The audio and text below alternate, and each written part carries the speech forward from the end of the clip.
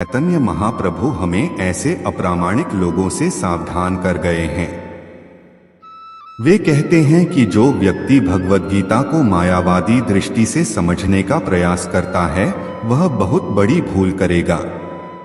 ऐसी भूल का दुष्परिणाम यह होगा कि भगवद गीता के दिग्भ्रमित जिज्ञासु आध्यात्मिक मार्गदर्शन के मार्ग में मोहग्रस्त हो जाएंगे और वे भगवद धाम वापस नहीं जा सकेंगे। भगवद गीता यथारूप को प्रस्तुत करने का एकमात्र उद्देश्य बद्ध जिज्ञासुओं को उस उद्देश्य का मार्गदर्शन कराना है जिसके लिए कृष्ण इस धरा पर ब्रह्मा के एक दिन में एक बार अर्थात प्रत्येक 8 अरब 60 करोड़ वर्ष बाद अवतार लेते हैं।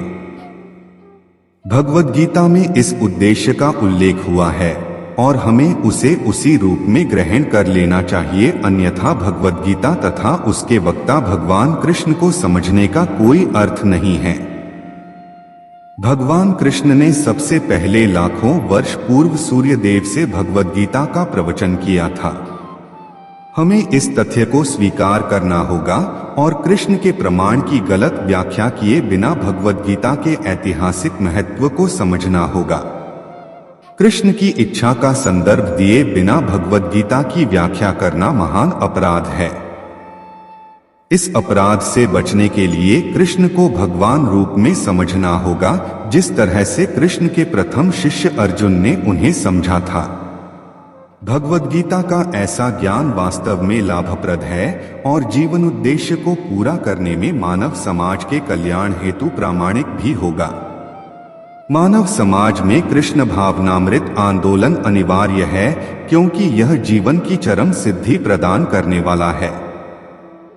ऐसा क्यों है, इसकी पूरी व्याख्या भगवद गीता में हुई है। दुर्भाग्यवश संसारी झगड़ालू व्यक्तियों ने अपनी आसुरी लालसाओं को अग्रसर करने तथा लोगों को जीवन के सिद्धांतों को ठीक से न समझने देने में भगवद गीता से लाभ उठाया है।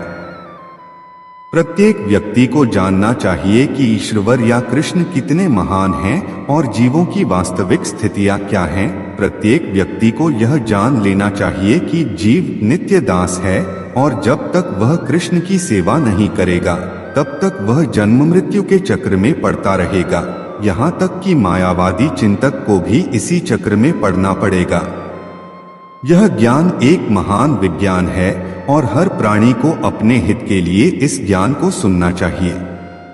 इस कलयुग में सामान्य जनता कृष्ण की बहिरंगा शक्ति द्वारा मोहित है और उसे यह भ्रांति है कि भौतिक सुविधाओं की प्रगति से हर व्यक्ति सुखी बन सकेगा।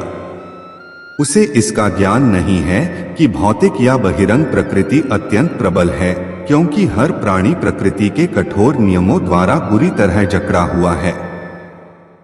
सौभाग्यवश जीव भगवान का अंशरूप है, अतएव उसका सहज कार्य है भगवान की सेवा करना। मोहवश मनुष्य विभिन्न प्रकारों से अपनी इंद्रिय तृप्ति करके सुखी बनना चाहता है, किंतु इससे वह कभी भी सुखी नहीं हो सकता।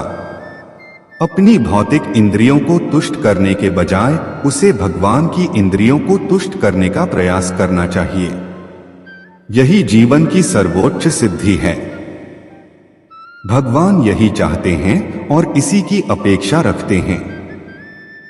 मनुष्य को भगवद गीता के इस केंद्र बिंदु को समझना होगा। हमारा कृष्ण भावनामृत आंदोलन पूरे विश्व को इसी केंद्र बिंदु की शिक्षा देता है। जो भी व्यक्ति भगवद गीता का अध्ययन करके लाभान्वित होना चाहता है वह हमारे कृष्ण भावनामृत आंदोलन से इस संबंध में सहायता प्राप्त कर सकता है। अतः हमें आशा है कि हम भगवद गीता यथारूप को जिस रूप में प्रस्तुत कर रहे हैं उससे मानव लाभ उठाएंगे और यदि एक भी व्यक्ति भगवद भक्त बन सके तो हम अपने प्रयास सफल मानेंगे। पूरा वीडियो देखने के लिए दिल की गहराई से शुक्रिया, धन्यवाद।